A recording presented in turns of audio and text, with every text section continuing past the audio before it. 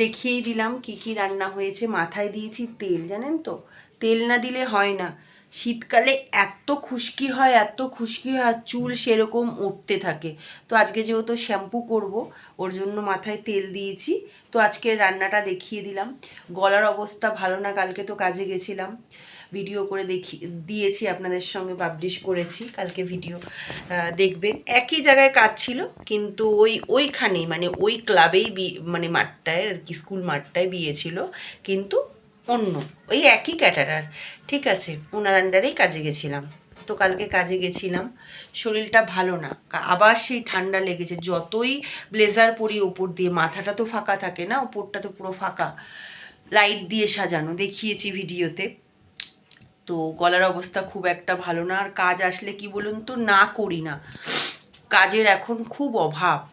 ওই জন্য কাজ যদি বলে না, যতই খাটনির কাজ হোক, কষ্ট হোক, তবুও না করতে চাই না। খুব শরীর খারাপ না হলে আমি না করি না কাজকে। ওই যে কথায় আছে না, হাতে লক্ষ্মী পায়ে ঠেলে লাভ নেই। তো এই কাজ আসলে আমি না করি না। চোখ মুখের অবস্থা দেখেছেন, একদম অবস্থা যার তার মধ্যে আবার তেল দিয়েছি, চিপকি চিপকি লাগছে মাথাটা। তো এখন এই রান্না করব, বাসন মাজবো, তারপরে ঘর মুছে রান্নাঘর পরিষ্কার করে চান করতে যাব। কালকে তো মুখে লবঙ্গ দিয়ে কাজ করেছি, মুখের মধ্যে লবঙ্গ রেখে যদি কাশি হয়, আর আমাকে স্ন্যাক্স কাউন্টারে দাঁড় করাই, তো কাশি হলে লোকজনের সামনে খাবার টাবার দিতে একটা বাজে লাগে, ওর জন্য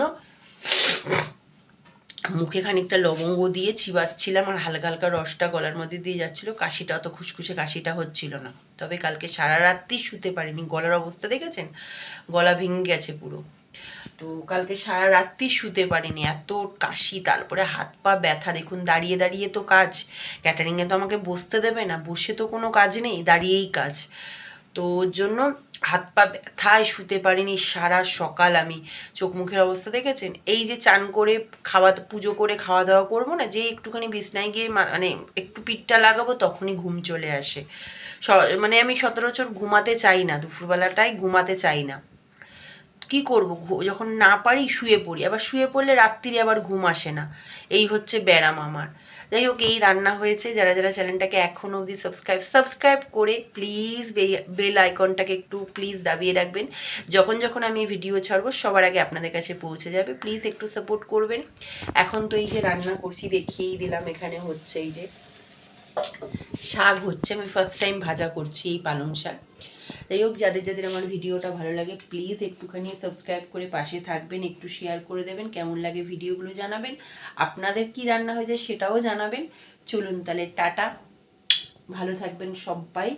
পয়সা রোজগার করা মানে অনেক কষ্ট, কিন্তু মানুষ খাওয়াতে পারবে না, ছোট বড় কথা বলতে পারবে, তো ওগুলো কানে দিই না। আমি একটা কথা মনে রাখি, কি বলুন তো, কর্ম যাই হোক না কেন, কষ্ট করলে ওপরওয়ালা সাথ দেয়। মানুষজন কি বলছে আমার তাতে যায় আসে না, কারণ মানুষজন আমাকে খাওয়াবে না। আমি পৃথিবীতে এসেছি মানুষজনের জন্য আসিনি। আজ আছি, কাল ডাক পড়লে চলে যাব। মানুষজন আমার পেছন পেছন থরি যাবে? নিশ্চয়ই যাবে না। তাহলে তারা খেয়ে দে সেজে গুজে লোকের নামে কুটকাচালি করতে পারবে, এই হচ্ছে মানুষের ধর্ম। তাতে আমার যায় আসে না। যিনি পৃথিবীতে আমায় পাঠিয়েছে একমাত্র তাকে আমি চিনি, আর কাউকে নয়। তাহলে চলুন, সবাই ভালো থাকবেন, হাজার কষ্টের মাঝেও হাসি মুখটা রাখবেন, এটা ওষুধ, আপনাদের শরীরের ওষুধ এটা। যারা আমার নেগেটিভ বন্ধুরা আছে তাদেরকেও অনেক অনেক ভালো হোক, আর যারা আমার পজিটিভ বন্ধু আছে তাদের তো সব সময়ের জন্য ভালো হোক। তাহলে টাটা, বাই বাই। চ্যানেলটা একটু সাবস্ক্রাইব করে দেবেন। টাটা, সবাই ভালো থাকবেন। আর যারা যারা খাবেন ডিমের ঝোল আর পালং শাক ভাজা, চলে আসুন, ঠিক আছে।